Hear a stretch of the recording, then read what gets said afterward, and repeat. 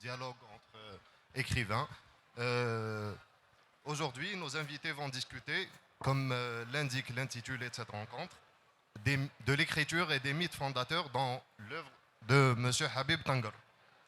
Alors, les mythes fondateurs, à l'instar de l'épopée de Gilgamesh, de l'Iliade et de l'Odyssée, de l'Énéide ou encore des Métamorphoses d'Ovide, constituent un terreau intarissable duquel ont puisé nombre d'écrivains leurs sources inspiratrices et continuent de le faire jusqu'à aujourd'hui.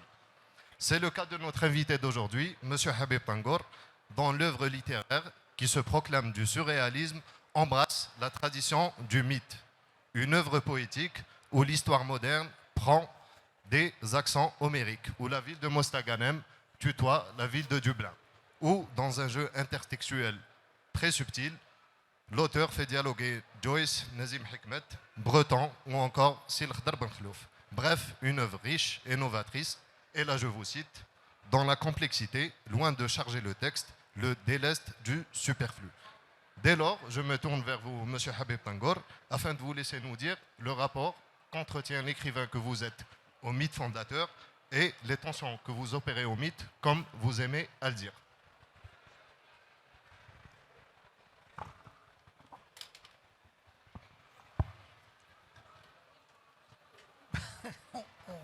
On rentre tout de suite dans le vif du sujet. Bon, moi je suis d'abord content d'être ici, surtout que Nedjet soit là pour justement avec qui on va dialoguer à propos de mon travail. Nedjet a été une des premières chercheurs en littérature à avoir travaillé sur mes textes et à les avoir fait connaître.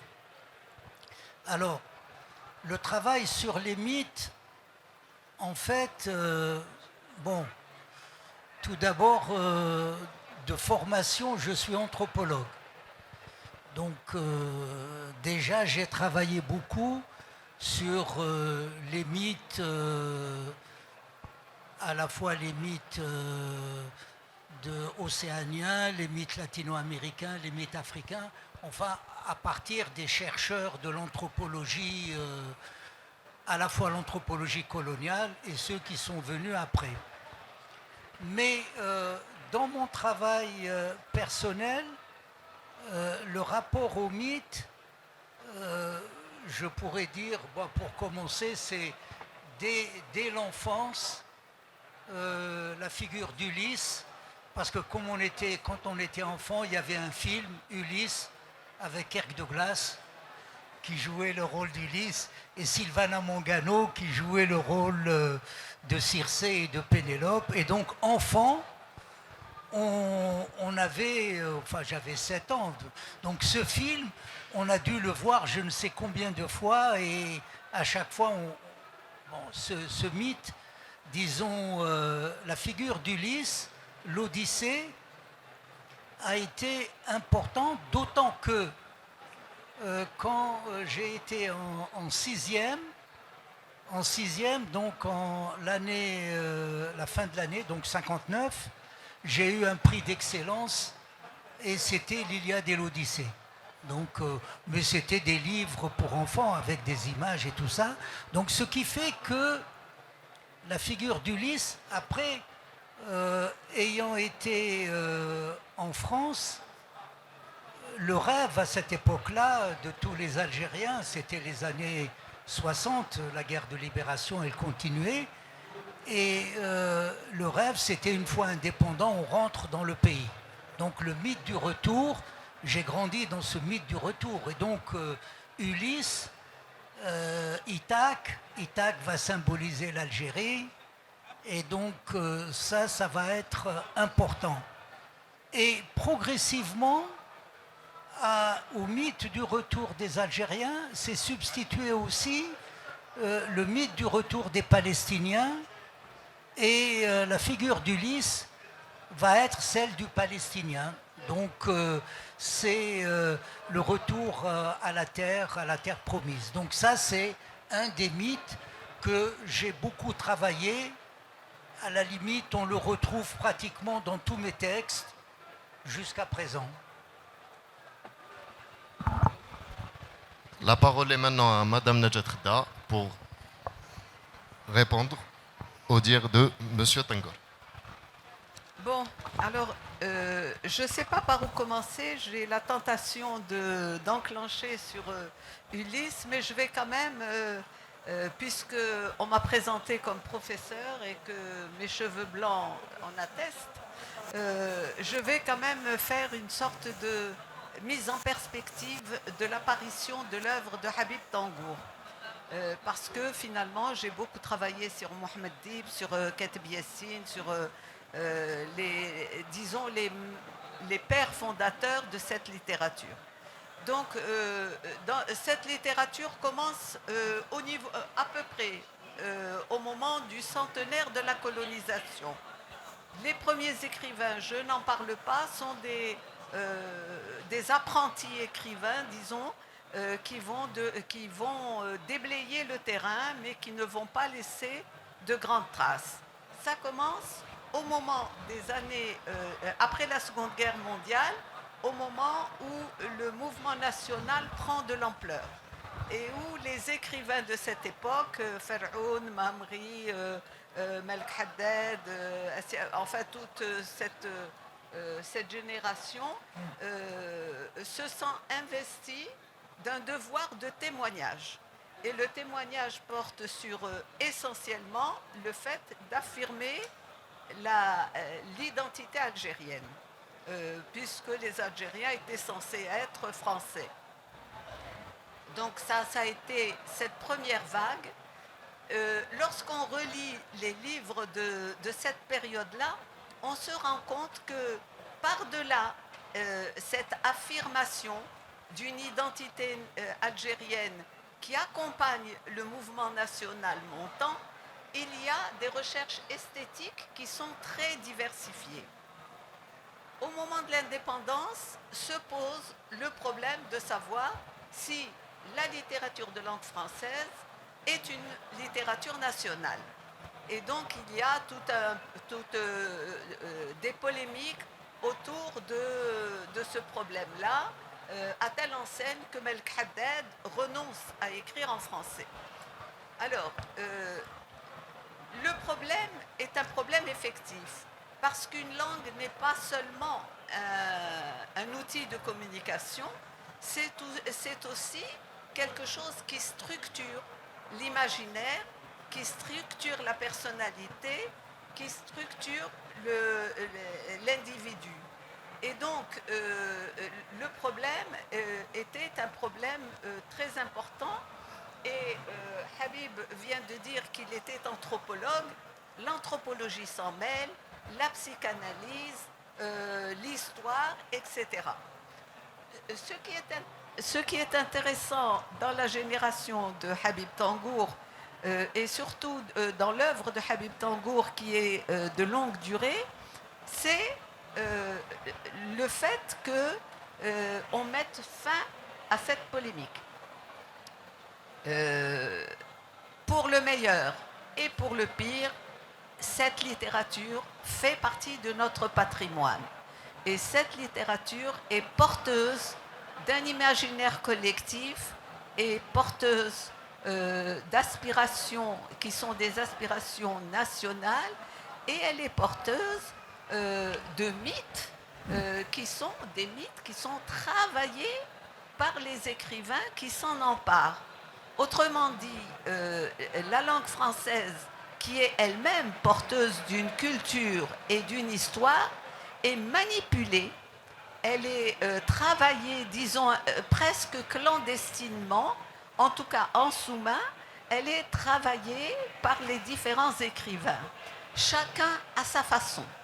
On a longtemps pensé et écrit que Mouloud Ferraoun était un écrivain, un instituteur qui répétait les formes littéraires héritées du roman colonial.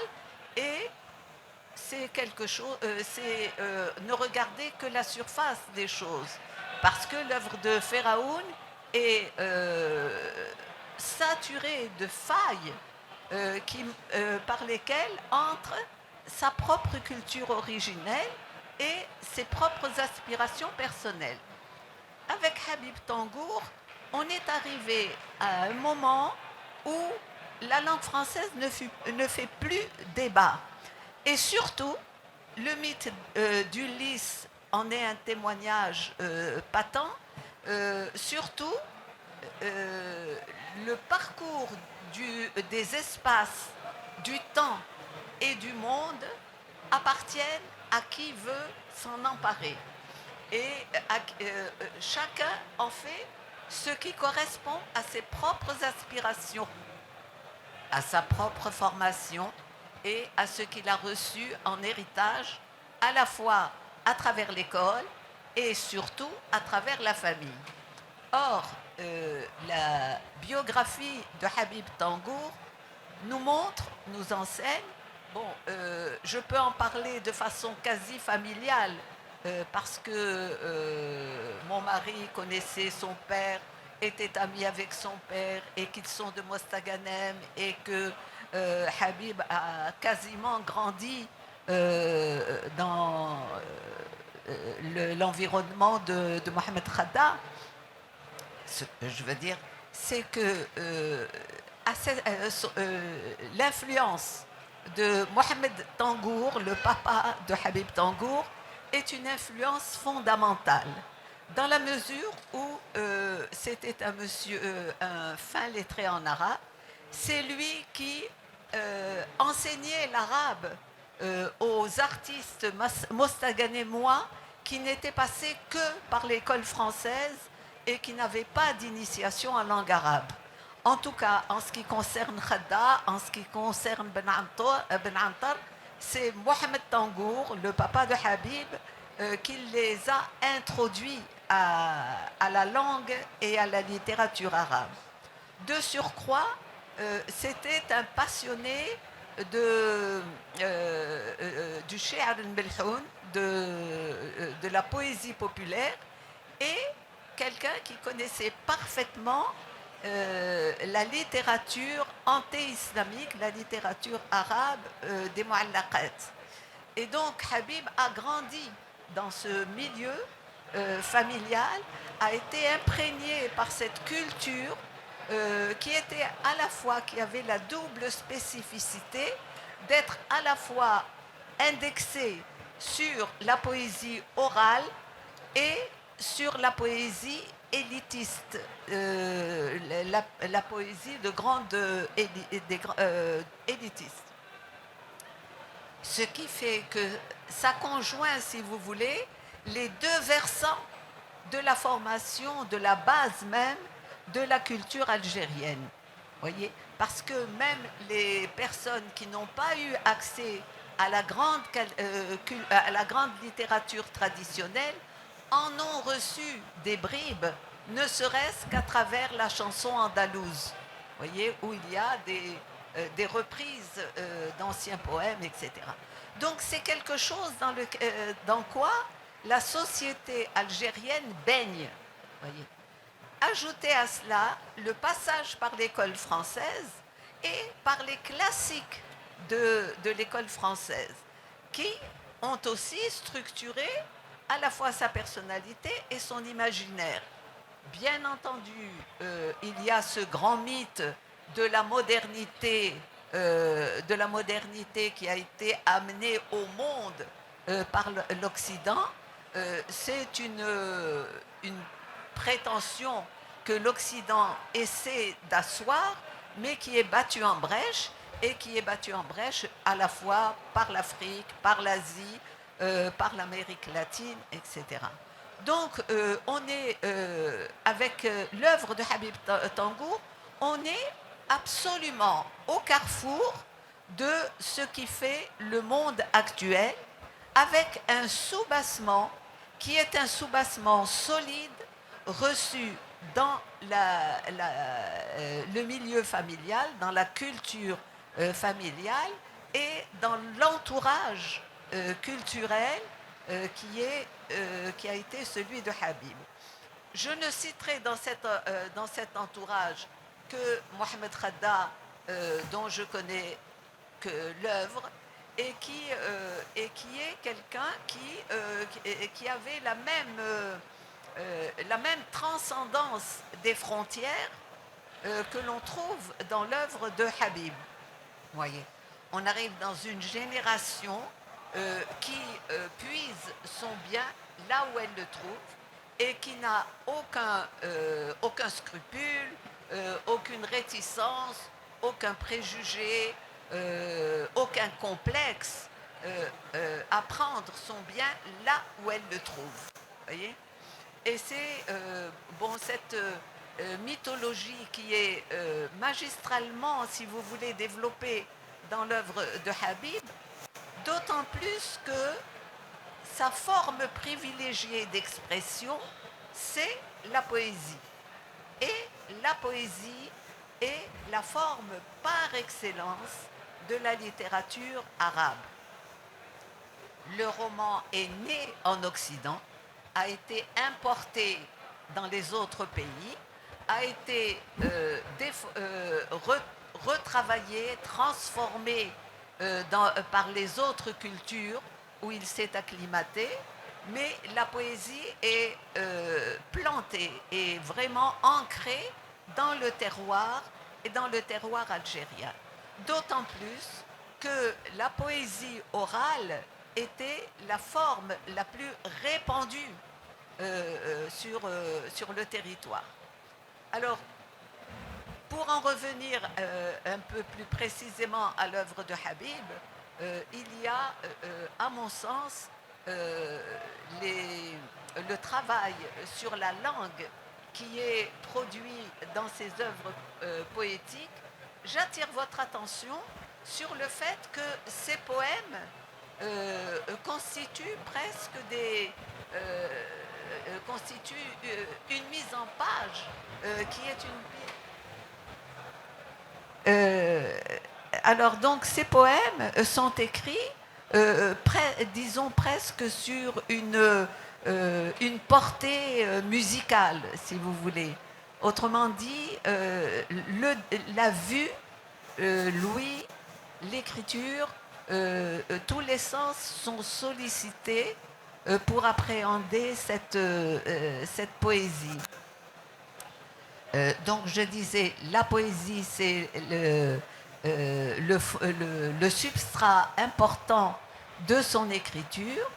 Il y a par ailleurs cette mythologie, et dans cette mythologie, il y a bien entendu Ulysse, mais il y a celui qu'on appelle le vieux de la montagne, il y a les sultans Galief.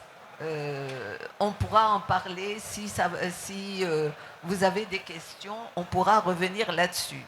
Mais on peut d'ores et déjà écouter, je pense, les sollicitations de la salle et peut-être de Habib. Je passe le micro à M. Habib Tangour afin de vous laisser répondre à Mme Khadda par rapport au travail que vous avez fait sur le mythe. Dans le mythe, effectivement, le vieux de la montagne fait partie des anciens mythes. Et quand j'ai commencé, Sultan Galief était un bolchevique tatar. Et à l'époque, quand j'ai commencé à écrire, en fait, mon premier livre, c'était Tapapa Kitak, l'Odyssée. Et quand j'ai fait le deuxième, j'avais travaillé sur Sultan Galief, c'était quand je faisais mon service national à Cherchel, puis après à Berika. Et c'est à ce moment-là, après, quand j'ai voulu écrire Le Vieux de la montagne, en fait, c'était une réflexion sur ce qui constitue l'identité algérienne ou la personnalité algérienne. Et c'était en fait l'héritage grec, la révolution bolchevique et l'islam. Voilà, c'est les trois moments. Et donc j'ai choisi, parce qu'effectivement, le mouvement national, l'Étoile nord-africaine, qui était née à Paris en 25 avec Messali Hadj, en fait, le sultan Galievisme, la vision de Sultan Galiev était très importante parce que Sultan Galiev, c'était l'époque où, après la révolution bolchevique, Sultan Galiev réfléchissait sur marxisme et l'islam. Comment concilier les deux. Le vieux de la montagne, j'ai choisi exprès le vieux de la montagne par rapport, on aurait pu écrire sur les périodes fastes de l'islam, mais j'ai préféré cette période sombre. C'était aussi, bon, j'enseignais à Constantine pendant plusieurs années, et je voyais comment les jeunes étudiants, à l'époque, n'étaient plus dans le volontariat, mais il y avait d'autres idéologies qui fonctionnaient, et l'idée de travailler sur le vieux de la montagne, sur cette vision un peu pessimiste, c'était en fait aussi, si vous voulez, à l'époque, je me souviens, on avait des rencontres dans les années 80, les gens se plaignaient à l'époque de la censure, de on ne peut pas écrire ce qu'on veut, on ne peut pas. J'ai dit, vous savez, si on prend la littérature française, à l'époque de Molière, il y avait le roi, il faisait ce qu'il voulait, et ça n'a pas empêché Molière de trouver des astuces pour écrire.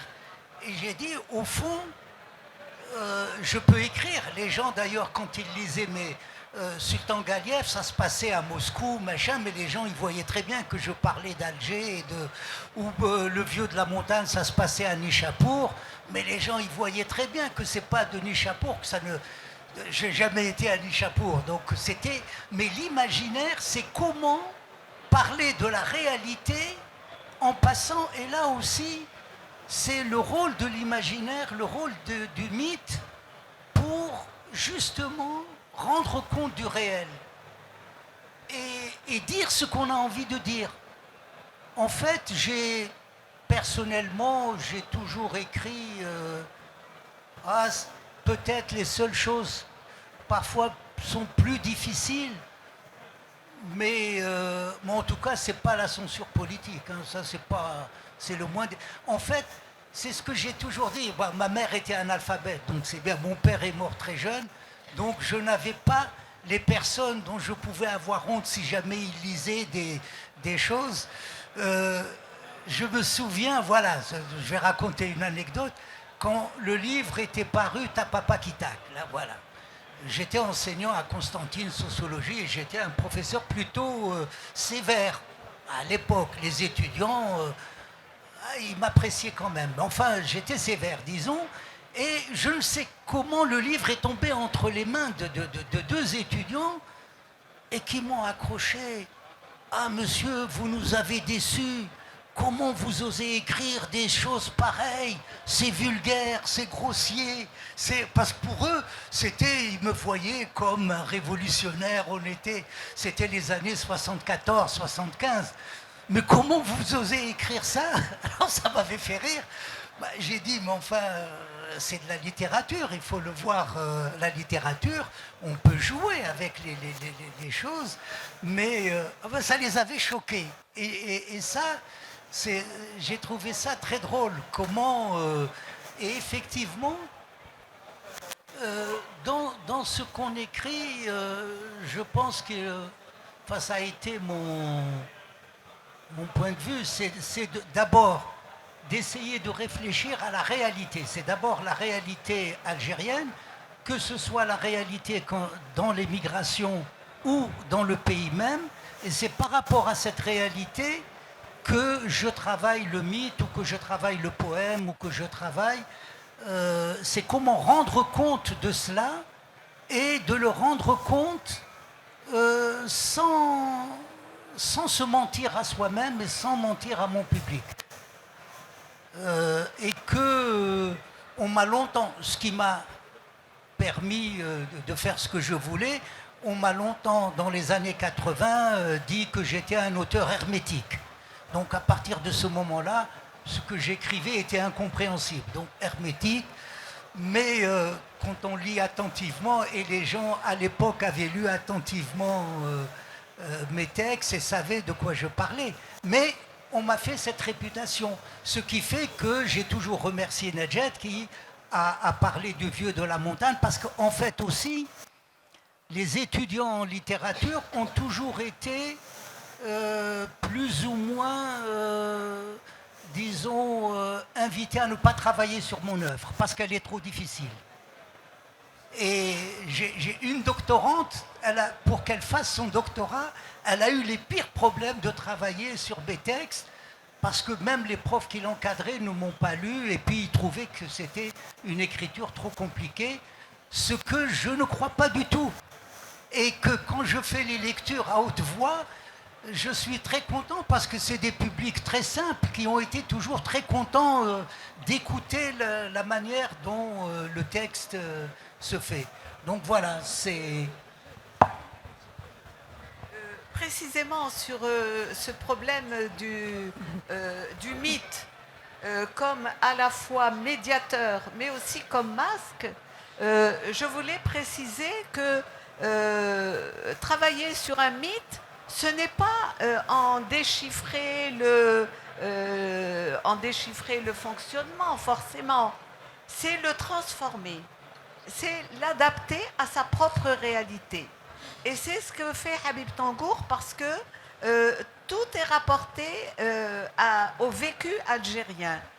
Une façon à la fois de montrer à quel point l'universel traverse les espaces et traverse les époques, et une façon de donner libre cours. Si vous voulez, vous avez un point d'appui qui est le mythe et qui parle à un public très vaste, à un public qui dépasse les frontières algériennes, mais qui en même temps retombe en permanence sur la réalité algérienne.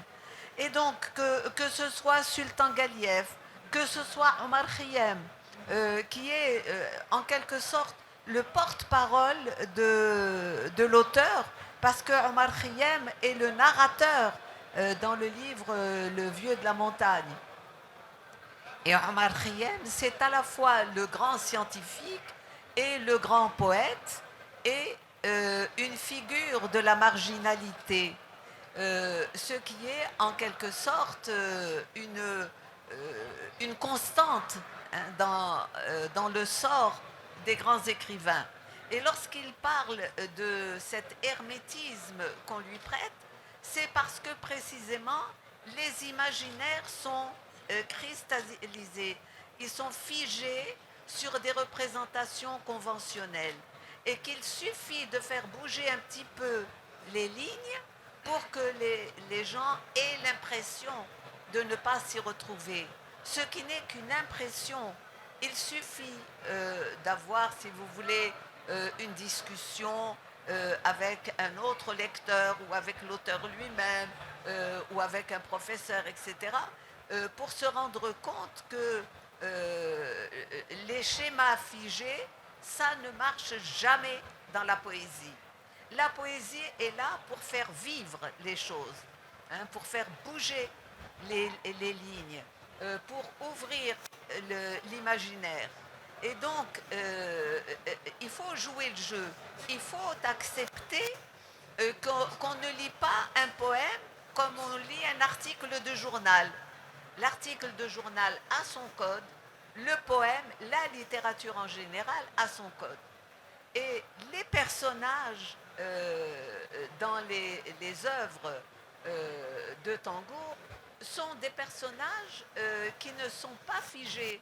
Ce sont des personnages qui sont mythiques, certes, mais à partir d'un noyau qu'on peut leur rapporter, qui peut être vérifiable dans leur histoire personnelle, vous avez tout un développement de possibles.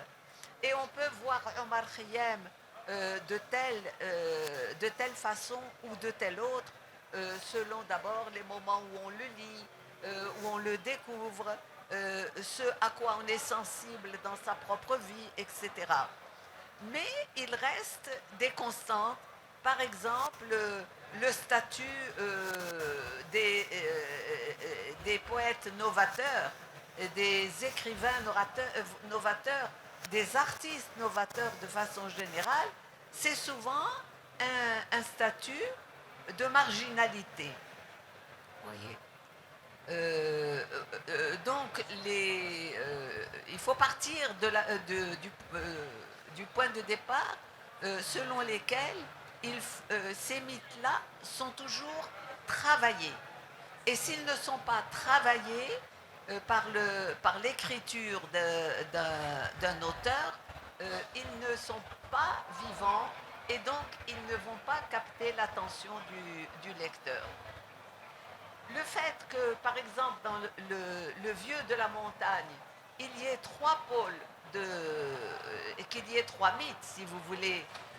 Il y a le Vieux de la montagne, mais il y a aussi Omar Khayyam, qui est un peu le porte-parole de l'écrivain lui-même. Il y a le Vieux de la montagne et il y a...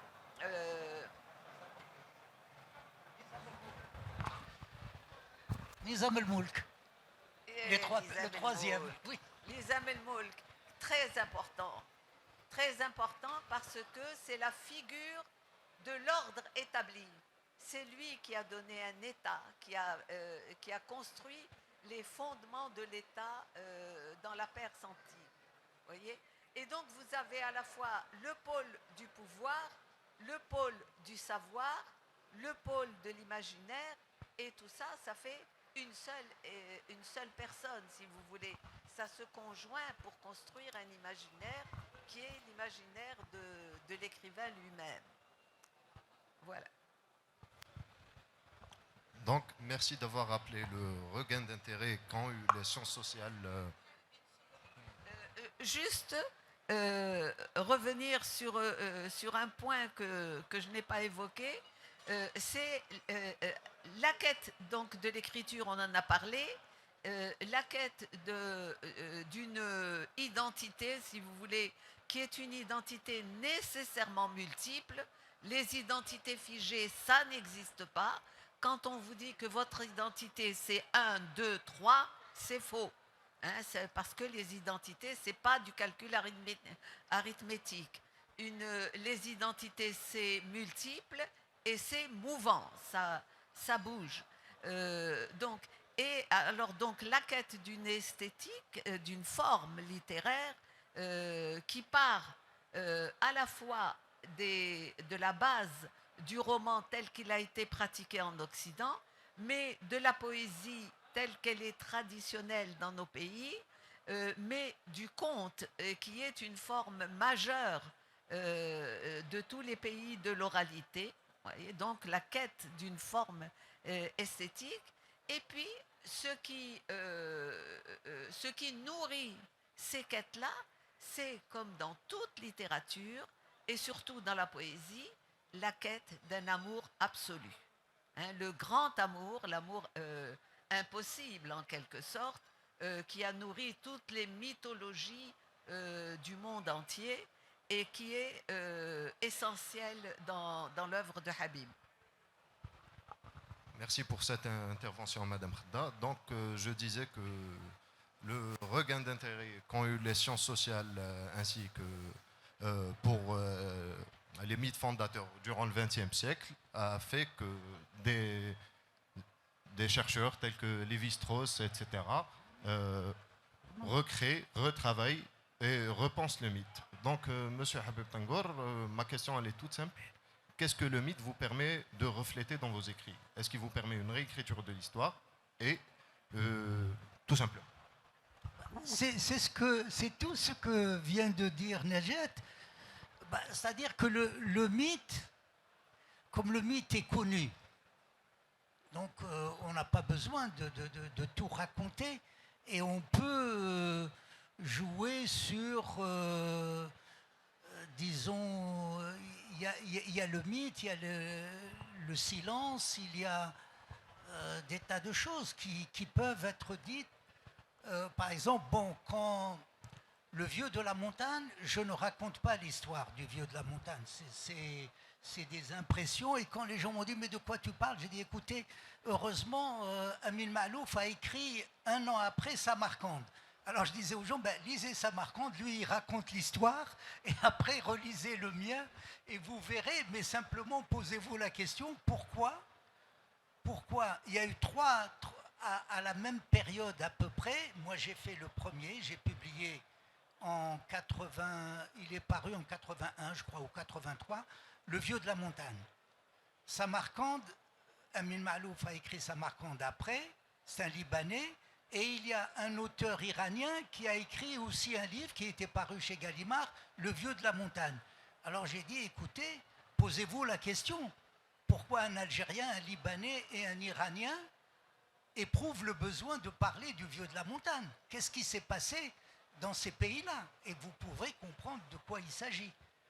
Donc, pour moi, c'est dans le mythe, ça permet aussi, disons, au niveau du poème, de travailler sur le rythme de la phrase, le choix des mots, l'écriture, et c'est comment le mythe n'est jamais explicite en soi. Quand on regarde les mythes souvent perturbent l'auditeur, et pourtant les auditeurs les reprennent à chaque fois. Donc c'est à la fois, bon, ces mythes-là, j'ai travaillé aussi, parce que comme j'ai fait beaucoup d'enquêtes sur la tradition populaire, etc., j'ai beaucoup travaillé sur les histoires des saints chez nous. Donc, dans ma région, des fois, il y a des histoires complètement aberrantes, mais les gens, ils vous les racontent, ils y croient dur comme fer. Enfin, ils y croyaient, parce que ça disparaît au fur et à mesure. Et donc, là aussi, si vous voulez, dans ce que je voudrais dire, dans mon travail d'écriture, voilà, c'est aussi le travail sur la forme. Par exemple, dans le Maître de l'heure, c'est travailler sur la forme hagiographique. Qu'est-ce qu'une hagiographie et comment les hagiographies ont été écrites, les histoires c'est Manqaba, c'est ça? Manaqib. Manaqib, oui, c'est le... Alors, je te posais... C'est les Manaqib. C'est les histoires, les récits de la vie des saints. C'est Manaqib, oui, voilà. Et donc, c'est comment ces histoires sont racontées, et moi, je détourne ça. Dans, par exemple, l'épreuve de l'arc, j'ai travaillé sur une des formes qui est la forme de la maqama. Les maqamates ont été une des premières formes qui pourraient s'apparenter au récit romanesque. En tout cas, ça a donné le roman picaresque en Espagne.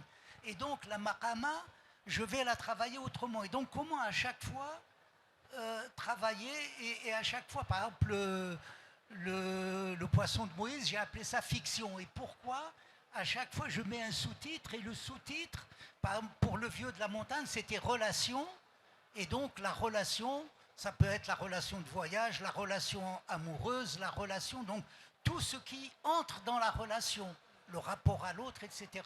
Donc à chaque fois, dans le travail d'écriture, c'est d'essayer de travailler à la fois sur des formes qui ont été anciennes, mais de les retravailler pour en faire autre chose.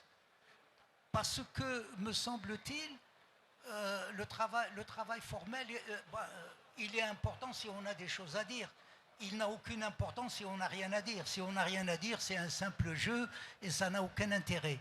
Mais c'est ce qui fait que la poésie, par exemple, dans la poésie n'a pas pour but d'informer, c'est-à-dire je ne vais pas écrire le vers, c'est pas une phrase qui va vous informer, alors que le romancier est obligé souvent d'écrire, bon ben vous êtes obligé de suivre son récit, son histoire, mais dans le poème, c'est de vous ouvrir à un monde et de vous laisser réécrire vous-même l'histoire, c'est-à-dire que le lecteur est actif. Il n'est pas là, passif, devant un texte. Et ça, pour moi, c'est la chose la plus importante. C'est que le lecteur participe au travail de création avec le poète. D'ailleurs, je rappelle que vous auriez dû, si ce n'est le refus de votre éditeur, pardon, titrer Légende de Mostar à géographie. J'ai lu ça dans une interview que vous aviez faite avec Amina Jennan, qui est la doctorante qui... Ah, c'est le maître de l'heure. Ah, d'accord, d'accord. Parce que c'est ce qui est écrit dans cette interview.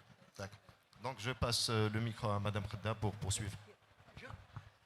Jean de Mostar, c'est un jeu. Bon, voilà. Quand j'avais 16 ans, je devais être en second. Bon, il y a Ulysse, bien sûr, l'Odyssée. Et quand j'étais au lycée, avant, quand j'ai commencé à écrire, c'était Victor Hugo, les romantiques, tout ça. Et je tombe sur Jean de Dublin, de Joyce.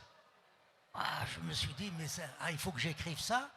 Et j'avais écrit effectivement toute une série de nouvelles. Je voulais rivaliser avec Joyce. Après, j'ai vu que Joyce avait écrit Ulysse.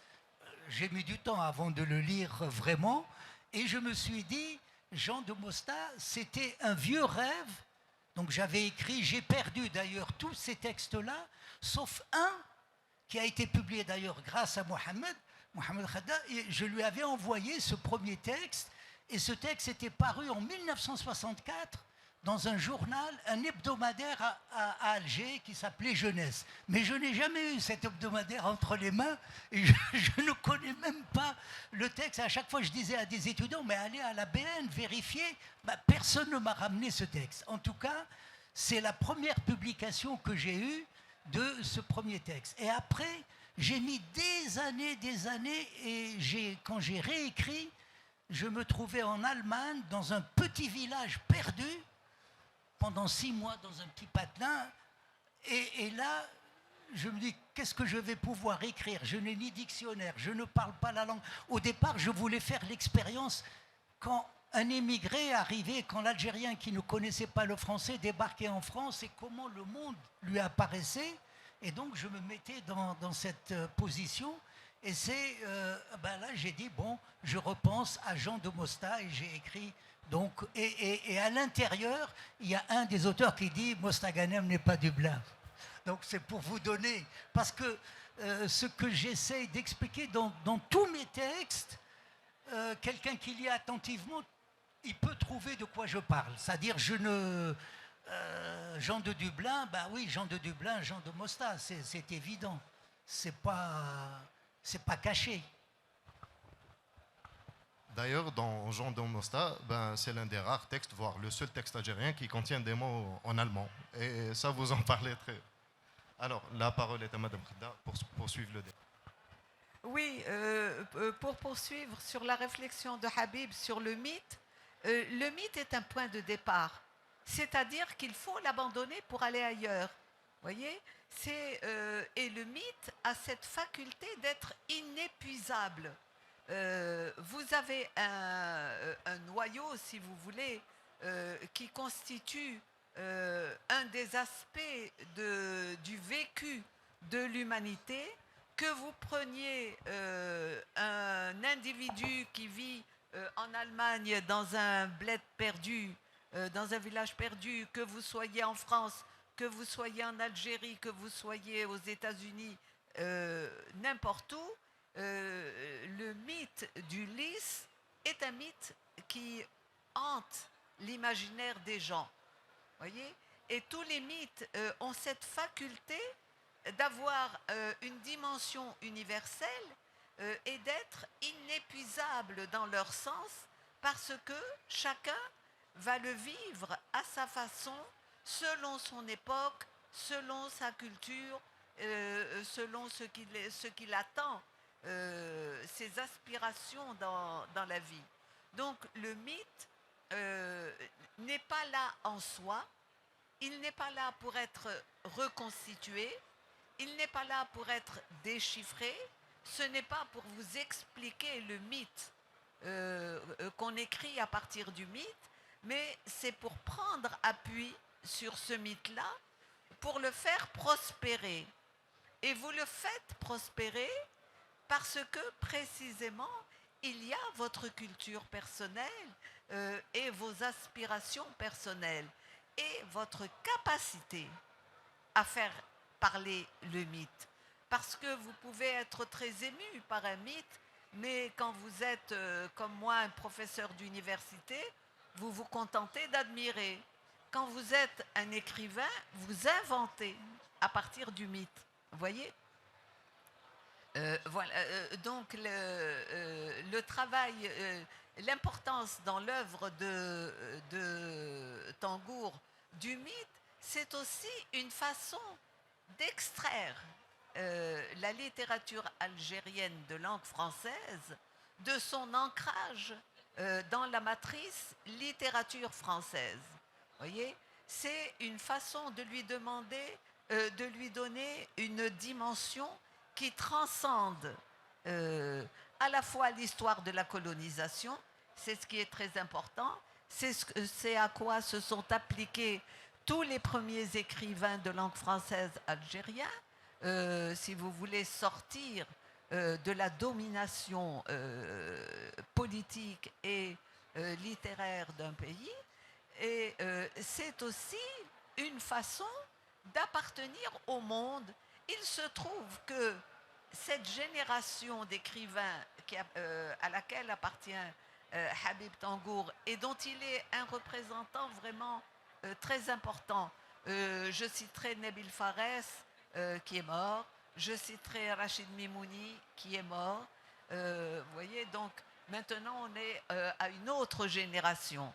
Mais cette génération de Habib Tangour, c'est la génération précisément du décrochement de la matrice littéraire, histoire littéraire française, pour pour créer en quelque sorte le rameau littérature algérienne.